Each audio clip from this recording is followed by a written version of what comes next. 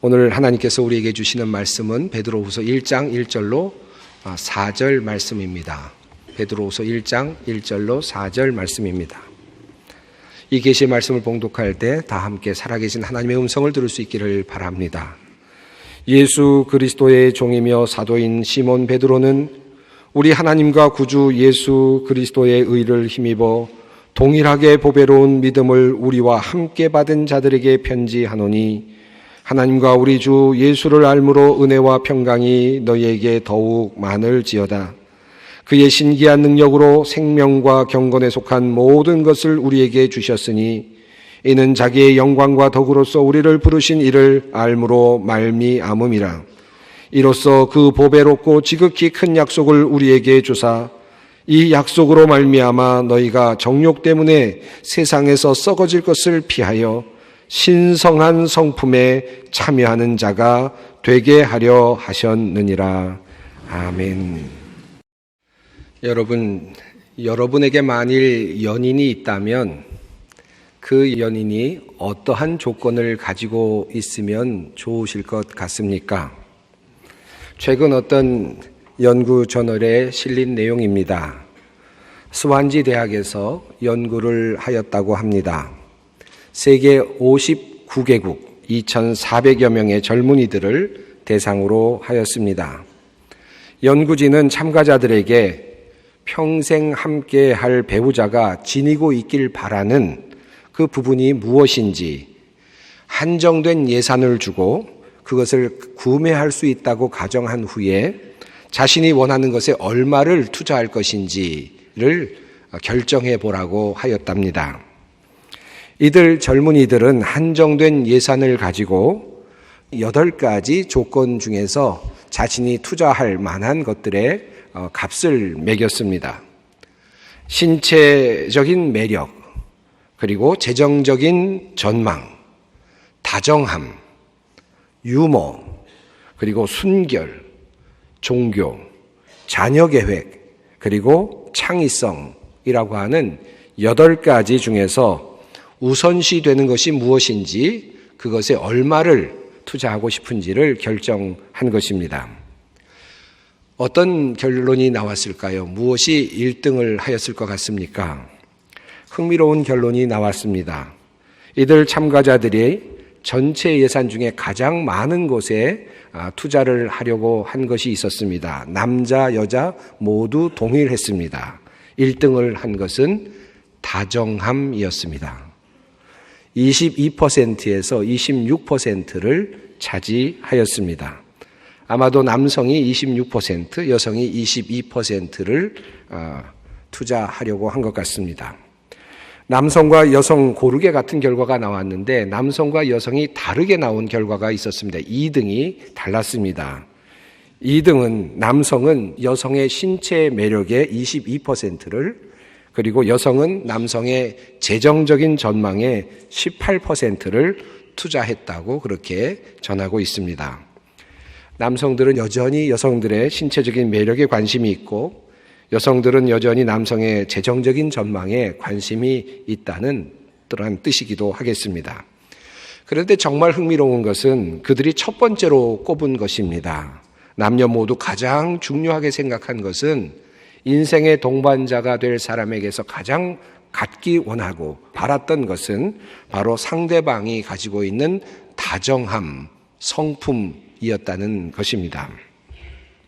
젊은이들이 많이 지혜로워졌다라는 생각도 듭니다.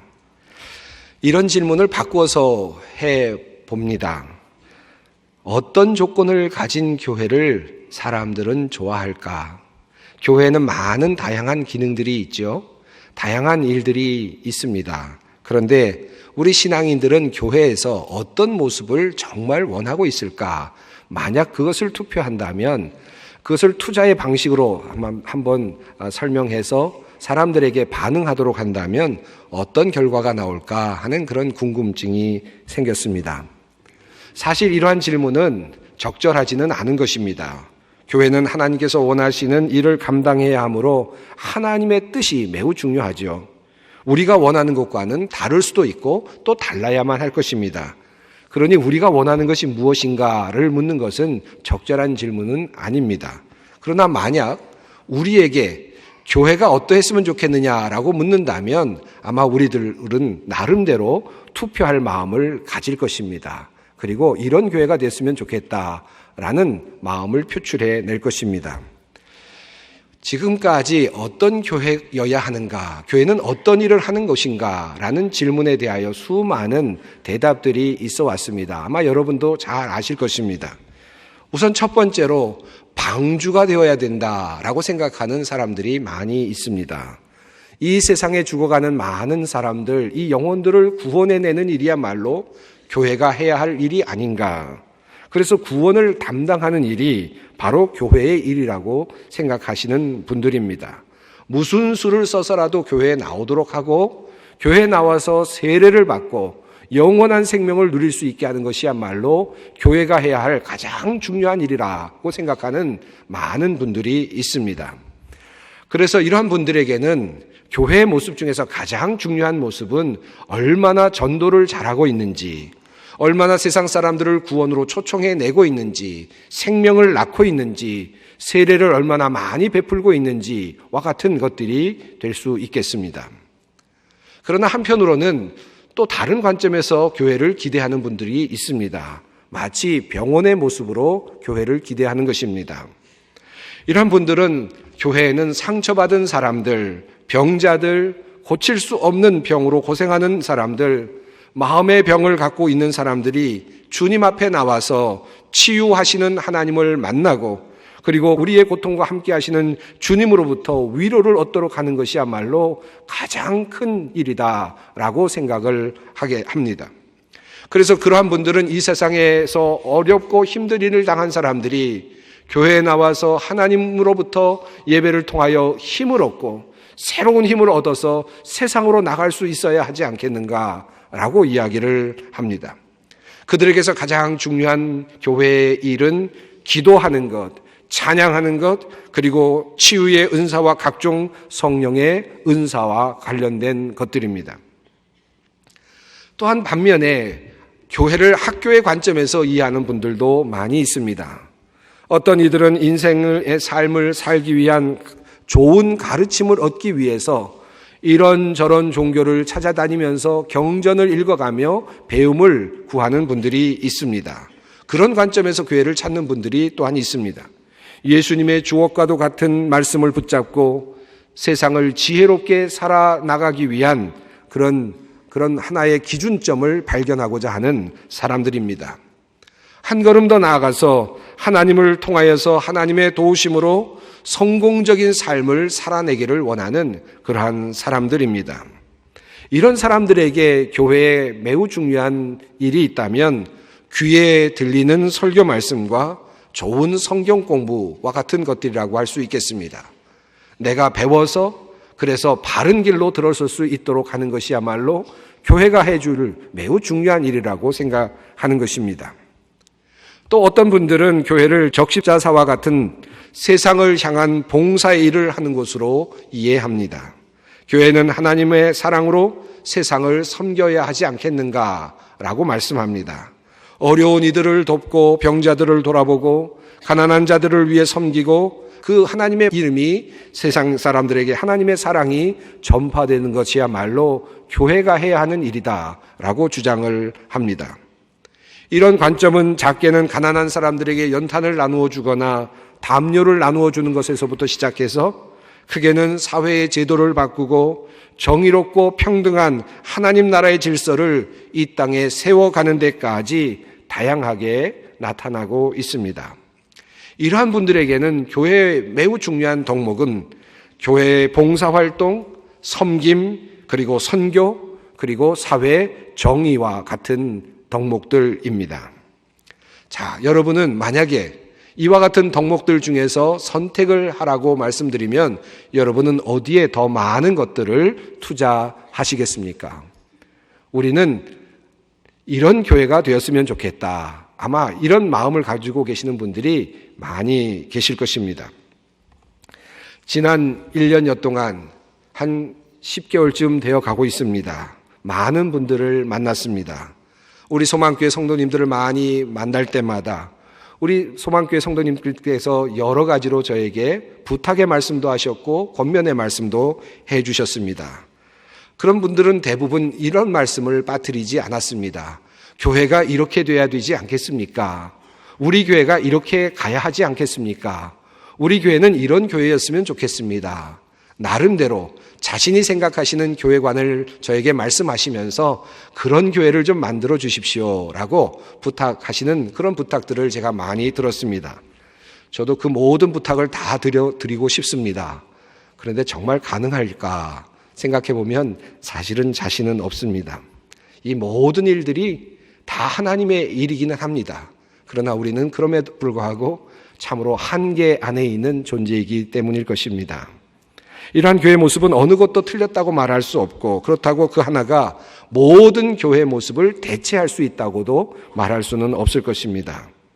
이러한 교회 일들을 감당하기 위해서 우리는 늘 한 몸으로서의 교회를 늘 주장해 왔습니다. 로마서의 말씀입니다. 우리가 한 몸에 많은 지체를 가졌으나 모든 지체가 같은 기능을 가진 것이 아니니 이와 같이 우리 많은 사람이 그리스도 안에서 한 몸이 되어 서로 지체가 되었느니라. 우리에게 주신 은혜대로 받은 은사가 각각 다르니 혹 예언이면 믿음의 분수대로, 혹 섬기는 일이면 섬기는 일로, 혹 가르치는 자면 가르치는 일로, 혹 위로하는 자면 위로하는 일로, 구제하는 자는 성실함으로, 다스리는 자는 부지런함으로, 긍휼을 베푸는 자는 즐거움으로 할 것이니라. 로마서의 이 말씀은 교회에는 다양한 사역들이 있다는 것이고, 그리고 그것은 한 몸으로서 서로 다른 기능을 가지고 있는 각 지체처럼 그렇게 기능을 해야 한다라는 그러한 말씀입니다.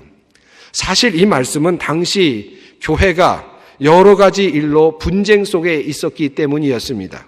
서로 자신들이 옳다고 주장하면서 분쟁이 일어나는 교회 상황 속에서 사도 바울은 로마서를 그리고 고린도 전후서를 쓰게 되었습니다. 특별히 고린도서는 더욱 그러합니다. 바울은 말합니다. 몸 가운데서 분쟁이 없고 오직 여러 지체가 서로 같이 돌보게 하셨느니라.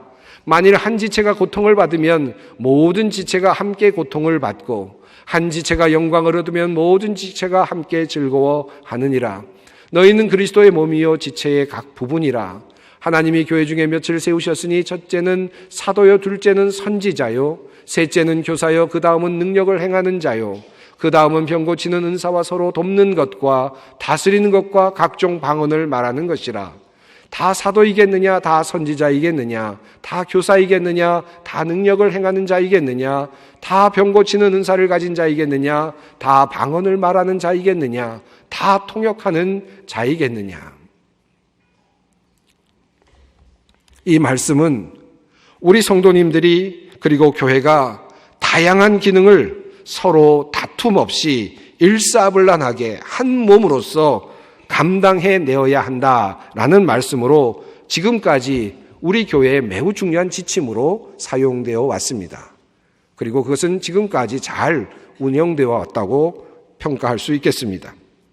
그런데 어느 날 저는 이 말씀을 읽고 묵상하던 중에 또 다른 깊은 깨달음을 얻게 되었습니다. 지금까지 앞서 읽어드린 이 말씀의 내용들은 주로 한 몸 그리고 한 지체, 그것들의 기능에 관한 것이었습니다. 그런데 곰곰이 묵상하다 보니 이 한 몸이라는 의미가 좀 다르게 다가왔습니다. 여러분 어떤 사람을 만날 때 사람들을 어떻게 평가하십니까? 저 사람은 팔이 기네, 손이 어떻게 잘못되었네, 발이 이상하게 되었네, 코는 좀 이상하네, 코는 이렇게 생겼네, 저렇게 생겼네 하면서 여러분 사람을 판단하십니까? 그렇지 않지요? 처음에 물론 첫 인상이 있을 것입니다. 들어오는 느낌이 있겠죠. 그리고 나서 한 번, 두 번 만나다 보면 그 사람의 발이 어떻게 생겼는지, 어떻게 기능하고 있는지, 무엇을 하고 있는지 그것보다 더 중요한 것이 있습니다. 그것은 바로 그의 성품이죠. 그의 마음입니다. 그의 인격이죠. 우리는 사람을 기억할 때 인격으로 기억하고 그의 성품으로 기억하게 됩니다.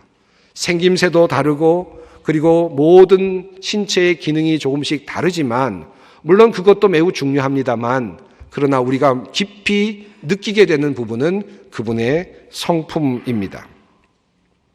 지금까지 교회가 세상을 향하여 많은 일들을 해왔습니다. 소망교회도 마찬가지입니다.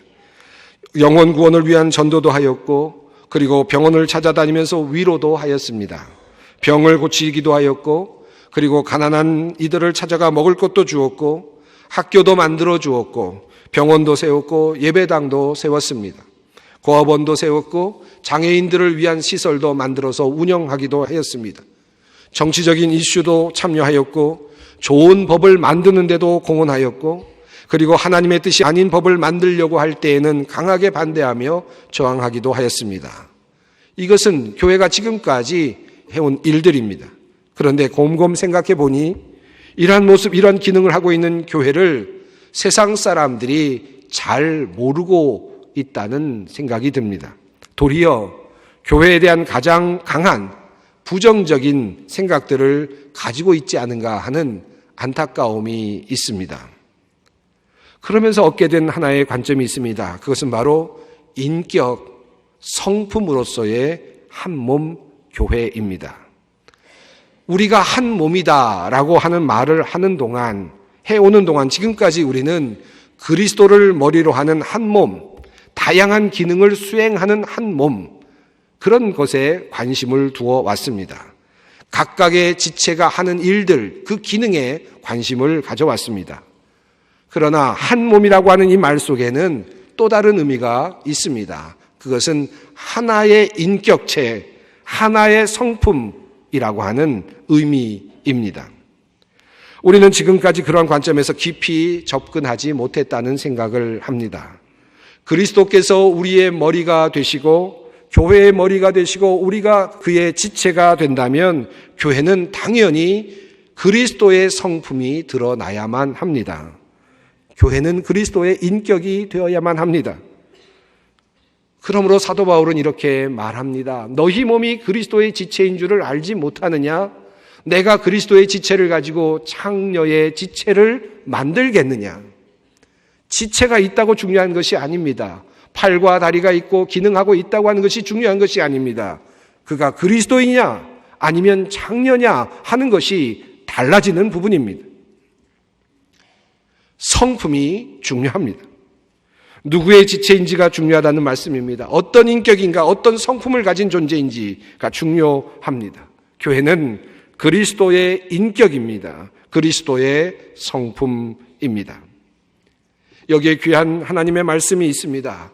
그러나 너희는 택하신 족속이요 왕 같은 제사장들이요 거룩한 나라요 그의 소유가 된 백성이니 이는 너희를 어두운 데서 불러내어 그의 기이한 빛에 들어가게 하신 이의 아름다운 덕을 선포하게 하려 하심이라. 하나님께서 우리를 부르신 목적은 어떤 기능을 수행하는 것도 있겠습니다마는 그것을 넘어서서 하나님의 아름다운 덕, 하나님의 아름다운 인격, 그분의 신성한 인격을 드러내는 일을 하나님께서 우리들에게 원하고 계신다는 사실을 기억할 필요가 있습니다. 우리는 지금까지 그러한 하나님의 아름다운 덕을 전하지 못하였습니다. 덕스럽지 못하였습니다. 맞다 틀리다의 내용이 아닙니다. 덕스럽지 못하였다는 것이 문제입니다. 그리스도의 인격과 인품을 전달하는 통로로서의 교회가 되지 못하였다는 말씀입니다. 그리스도의 인품과 성격을 드러내는 통로로서의 우리 자신이 되지 못하였다는 말씀입니다. 그러므로 오늘 본문을 통하여 우리 주님께서는 말씀하십니다. 세 번역으로 봉독합니다.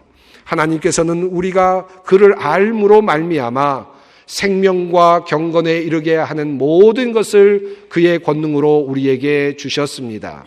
하나님은 우리를 부르셔서 그의 영광과 덕을 누리게 해 주신 분이십니다.